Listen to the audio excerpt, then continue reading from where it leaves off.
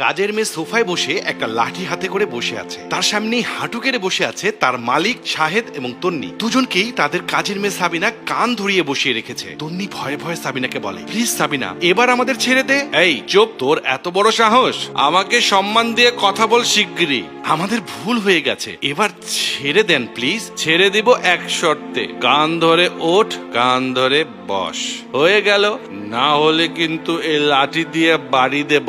তন্নি ও শাহেদ সাবিনার কথা মতো কান ধরে উঠবস করতে থাকে। ওর এমন কর্মকাণ্ডে প্রচন্ড বিরক্ত হলেও সাবিনাকে তারা কিছুই বলতে পারে না। সাবিনা শুধু উঠবস করিয়েই ক্ষান্ত হয় না, তন্নিকে দিয়ে সে নিজের পা টিপিয়ে নেয়, এমনকি শাহেদকে দিয়ে ঘর ঝাড়ু সহ নানান কাজ করাতে থাকে। তন্নি বুঝে উঠতে পারছে না, তার বাসার যে কাজের মেয়ে এতদিন ভদ্রভাবে সবার সাথে কথা বলতো, বাসার সব কাজ একেবারে করে দিত, সে হঠাৎ এমন পাগলামি করছে কেন। ভাবতে ভাবতে তন্নির হঠাৎ কিছু একটা মনে পড়ে যায়। সে শাহেদের কানে কানে ফিসফিস করে বলে, আচ্ছা সাবিনা কি মদ খেয়েছে নাকি? আমরা যে গতকাল ড্রিঙ্কস কিনে এনেছিলাম আজ ছুটির দিনটা এনজয় করার জন্য, আমাদের আজ বাইরে যাবার ফাঁকে ও আমাদের নিয়ে আসা ড্রিঙ্কস গুলো খায়নি তো?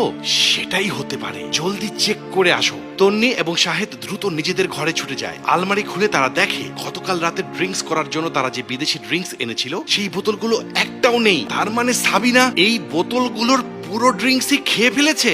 তারা দুজনই খালি বোতলগুলো নিয়ে বাইরে বেরিয়ে আসে। ততক্ষণে সাবিনা ক্লান্ত হয়ে ঘুমিয়ে পড়েছে। কিছুক্ষণ পর সাবিনার মুখে পানির ছিটা দিয়ে তন্নি ধমক দিয়ে তাকে জাগিয়ে তোলে। সাবিনা ধরফর করে উঠে দাঁড়ায়। তুই আমাদের আলমারি থেকে ড্রিঙ্কস নিয়ে খেয়েছিস কেন? তোর এত বড় সাহস! সাবিনা তন্নির পা ধরে বারবার ক্ষমা চাইতে শুরু করে। ম্যাডাম, আমার ভুল হয়ে গেছে, আমাকে মাফ কইরা দেন। আপনারা বাইরে যাবার পর আমি ঘর দর গোছাচ্ছিলাম, তারপর আলমারির ভেতর বোতলগুলো দেখা আমি ভাবছি খুব স্বাদের খাবার রাখছেন, এটা নিশ্চয়ই খাইতে দারুণ মজা লাগবো, তার লাইগা আপনারা লুকাইয়া রাখছেন। আমি লোভে পইরা খাইছিলাম ম্যাডাম, কেডা জানতো এই জিনিস খাইলে আমার এই অবস্থা হইব?